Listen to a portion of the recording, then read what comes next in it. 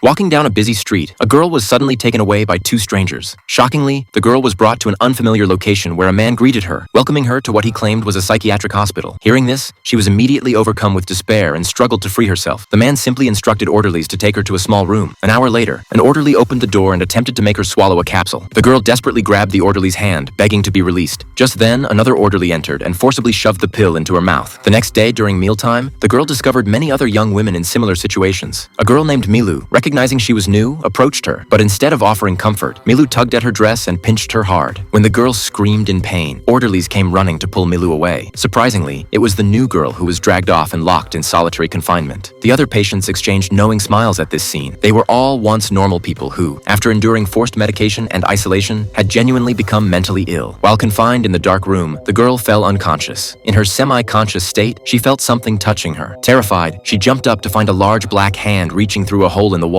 She cowered in the corner, afraid to make a sound. Then she heard the iron door opening. Peering out, she saw Milu wandering the hallway, claiming her uterus was severely blocked and needed urgent surgery. Milu pushed open a door, revealing the same man who had admitted the girl, the director of the Angel Care Center. Milu immediately lay down on the desk, asking the director to perform surgery on her. Meanwhile, the girl huddled fearfully on the floor. Hearing the noise, a man from across the room told her this wasn't actually a hospital at all. Just then, an orderly brought in a patient to the operating room, after which the patient was never seen again. This terrified the girl even more, and she began looking for an escape opportunity. A male patient in the neighboring room claimed to know how to escape. The girl was excited until he revealed the exit was through the director's office, requiring a passcode of 4 4s. In exchange for this information, he wanted something in return. Instead, she bit him hard, his screams attracting the director's attention. The girl seized the opportunity to rush to the director's office. She entered the code, 4 4s, but the door didn't open. She tried again with no success. Milu appeared and then walked away without answering her question about the code. But before leaving, Milu turned back and pressed her fingers against the wall in a pattern. The girl quickly mimicked the gesture, entering the correct numbers, and the door finally opened. Frantically searching the room, she discovered a tunnel inside a closet. Just as the passcode lock sounded and the director entered, she dove into the tunnel. The alert director noticed something was amiss and approached the closet, spotting the girl and angrily calling out her name. Startled, she fell but fortunately wasn't injured. Following the tunnel, she noticed that despite its complexity, lights had been deliberately left on. Heading in one direction, she eventually escaped and was shocked to discover that the terrifying Angel Care Center was hidden within the World Trade Center building, barely 100 yards from where she was initially abducted. She desperately sought help from passersby, but everyone assumed she was mentally ill. When a van from the center appeared with 2 orderlies heading straight for her, she ran in panic. A police car approached, and she rushed toward it. The orderlies stopped their pursuit when they saw the police. The girl got into the police car, and seeing her injuries, the officer said he would take her to a hospital. She thought she was finally safe, but after receiving a phone call, the officer drove her to a remote location. Confused, she stepped out of the car only to be confronted by the same 2 orderlies from before. The police officer watched impassively as she was dragged back inside.